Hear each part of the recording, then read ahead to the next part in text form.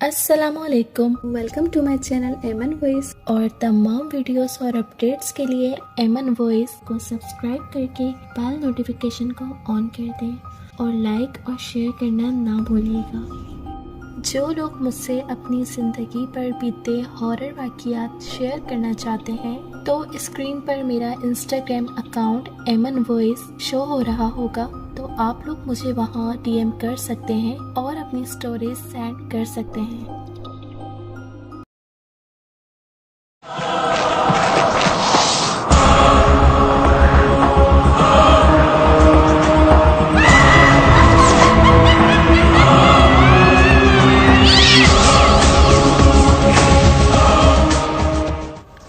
तो आइए सुनते हैं आज की वीडियो में किसी की ज़िंदगी पर बीती एक पुरस्कार कहानी।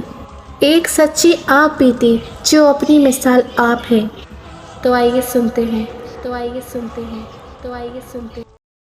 सुबह से अब्बू, भाई और छोटे भाई के कपड़े इकट्ठे कर कर धोने में लगी रुखसाना बार बार खाना पकाने का भी सोच रही थी। अम्मी की बीमारी की वजह से सारे घर का कामकाज उसके ज़िम्मे आ गया था। आज अब्बू के कपड़े धुले हुए ख़त्म हो गए थे, लिहाजा धोना लाज़मी था। सोचा भाइयों के कपड़े भी साथ ही धो लिए जाएं।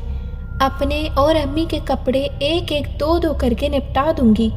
काफ़ी कपड़े धुल चुके थे, बस थोड़े से रह गए थे। इसने खाने की तरफ ध्यान लगाया कि छोटा स्कूल से आता ही होगा, इससे भूख बर्दाश्त नहीं है। खाना ना मिले तो उठक पटक लगा देता है। जल्दी जल्दी करके इसने आलू पालक की सब्ज़ी पकाने के लिए चूल्हे पर चढ़ा दी। इसके बाद रोटी वो गरम गरम पका कर दे देगी, ये सोचकर वो फिर कपड़ों की जानिब बढ़ गई। कपड़े धोने के साथ साथ वो सालन पर भी तवज्जो दे रही थी। कुछ देर में ही सालन तैयार हो गया और वैसे ही छोटा अरसलान पहुंच गया। आपी क्या पकाया है? मुझे बहुत भूख लग रही है, वो हंसता हुआ कहने लगा। आलू पालक की भाजी पकाई है, तुम हाथ मुंह धो लो, फिर मैं रोटी पका देती हूँ। रुखसाना ने 2 रोटी पका दी। अरसलान भी खाने के लिए बैठ चुका था। रुखसाना इसे खाना देकर अपने काम में लग गई। कपड़े धोते हुए वो 3-4 चक्कर छत का लगाती रही। कपड़े छत पर फैलाने के लिए जब ये आखिरी चक्कर लगाने छत पर गई, इसे ऐसा लगा कि जैसे कोई हवा का झोंका इसके जाने बढ़ा है और इसके बदन से टकराया है। इसे इसकी टक्कर से एक झटका सा लगा और ये एक तरफ झुक सी गई। कुछ देर इसके अवसान खता रहे। इसे कुछ सुझाई नहीं दे रहा था कि क्या हुआ है और ये क्या करे। सर में हल्का हल्का दर्द शुरू हो गया था। कुछ देर बाद जब इसके अवसान बहाल हुए तो इसने जल्दी जल्दी बचे कुचे कपड़े छत पर डाले और आहिस्ता आहिस्ता संभलते हुए उतरी और सीधा अपनी चारपाई पर लेट गई। इसके बाद इसे कुछ होश न रहा कि क्या हुआ और वो कहाँ है। जब इसे होश आया तो पता चला कि वो किसी बाबा जी के आस्थाने पर मौजूद है।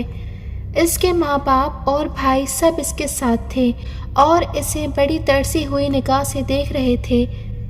इसे समझ नहीं आ रहा था कि वो सब यहाँ कैसे हैं। इसने अपने आप को देखा तो फौरन उठकर बैठ गई। ये क्या है?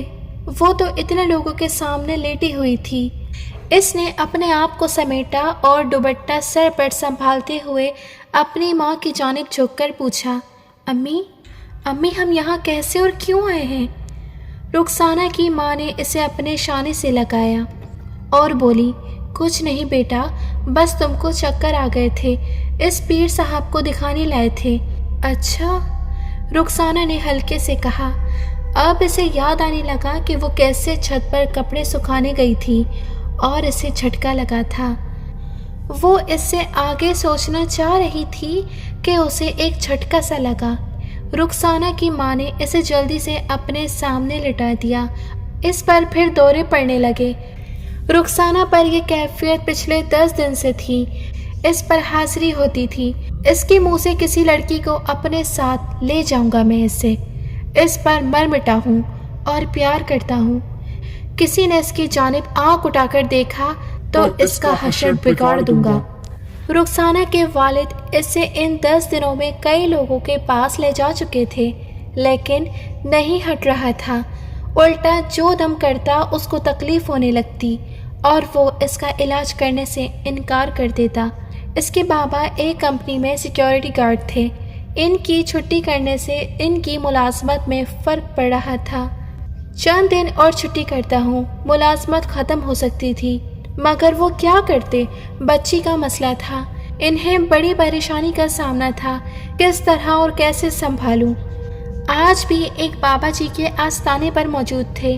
रुखसाना को बड़ी मुश्किल से उठाकर लाए थे और यहाँ लाकर इसको लेटा दिया। इस पर बार बार हाजिरी आती थी। दम करवाते और दम वाला पानी पिलाते, मगर कुछ उतर ही नहीं होता था। दिन रात एक जैसा ही हो गया था। रुखसाना के असरात में पड़ते ही घर का निज़ाम बिगड़ कर रह गया था। बाबा जी ने पानी दम करके रुखसाना पर पानी का छींटा मारा।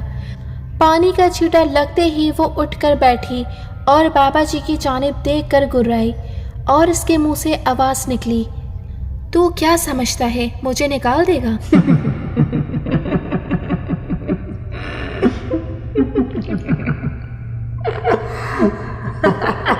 रुखसाना के मुंह से मर्दाना अंदाज में बातें करने की आवाज़ें आने लगीं। तू क्या कर सकता है? पहले अपने आप को तो ठीक कर। अभी समरीन आने वाली है, तू उसके चक्कर में है, इस पर तेरी नज़र है और एक दिन अपनी हवस का निशाना बना डालेगा। तेरे इरादे साफ नहीं हैं, तू क्या किसी जिन भूत पर काबू पाएगा? रुखसाना पर मौजूद जिन बाबा जी का चिटा कटा खोल दिया। बाबा जी पिछले दरवाजे से बाहर निकल गए और दौड़ लगा दी। पीछे रुखसाना का कहका गूंज रहा था।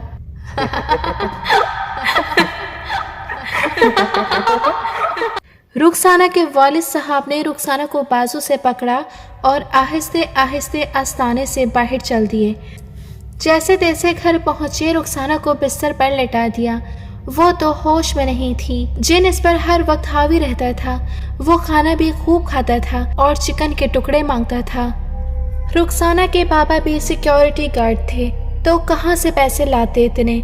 बड़े परेशान थे। रात भर इनकी करवट बदलते गुजरी। सुबह वो काम पर जाने के लिए तैयार हो गए। अगर वो ना जाते तो नौकरी गई थी।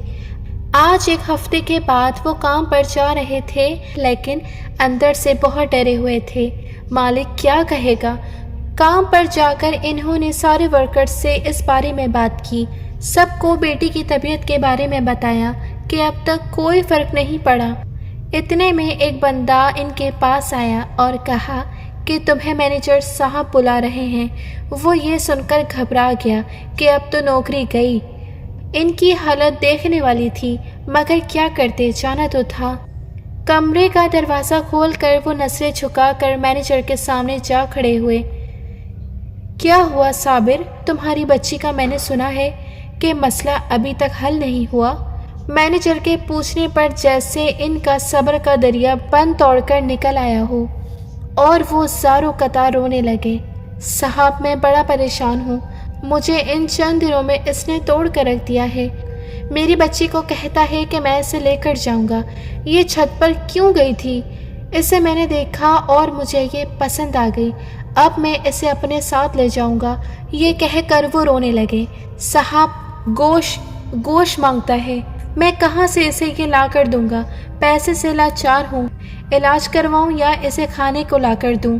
मैनेजर ने इसे कुछ पैसे खर्चे के लिए दिए और कहा तुम बैठो, मैं एक साहब से तुम्हारी बच्ची के इलाज की बात करता हूँ। मैनेजर ने फ़ोन करके बच्ची की मालूमात एक साहब आलिम को बताई। मैनेजर साहब ने साबिर को कुछ पैसे दिए।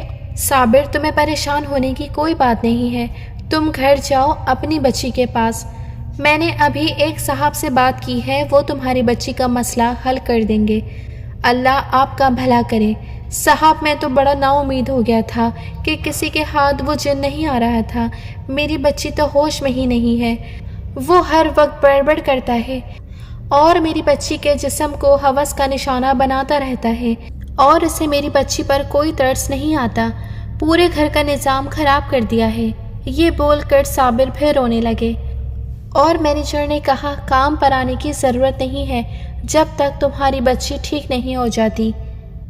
گھر پر بچوں کے ساتھ رہو، تمہیں تنخواہ ملتی رہے گی، کوئی پیسے نہیں کٹیں گے، بے فکر رہو۔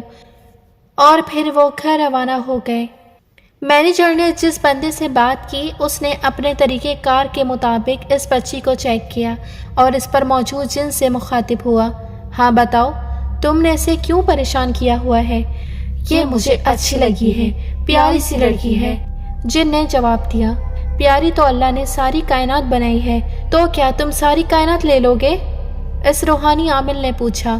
نہیں، جو مجھے اچھی لگی اور جو میں حاصل کر پاؤں گا اسے لینے کی کوشش کروں گا، جن نے فوراً جواب دیا۔ عامل نے اپنا نام بتایا اور اس سے پوچھا، اس نام سے واقف ہے؟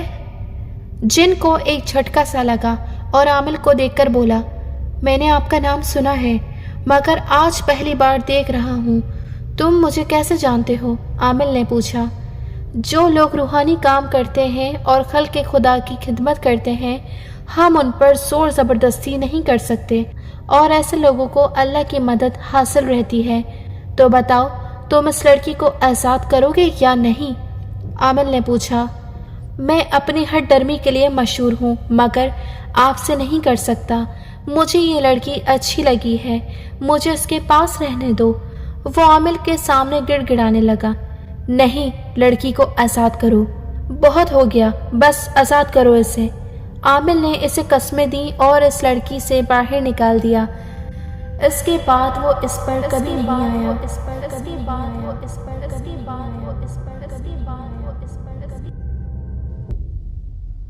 جنہوں نے ابھی تک ہمارے چینل کو سبسکرائب نہیں کیا تو وہ کائنڈلی ہمارے چینل کو سبسکرائب کر کے بیل نوٹیفیکیشن کو آن کر دیں۔ ملتے ہیں پھر کسی اور ہارر اسٹوری کے ساتھ، سو اسٹے ٹیونڈ۔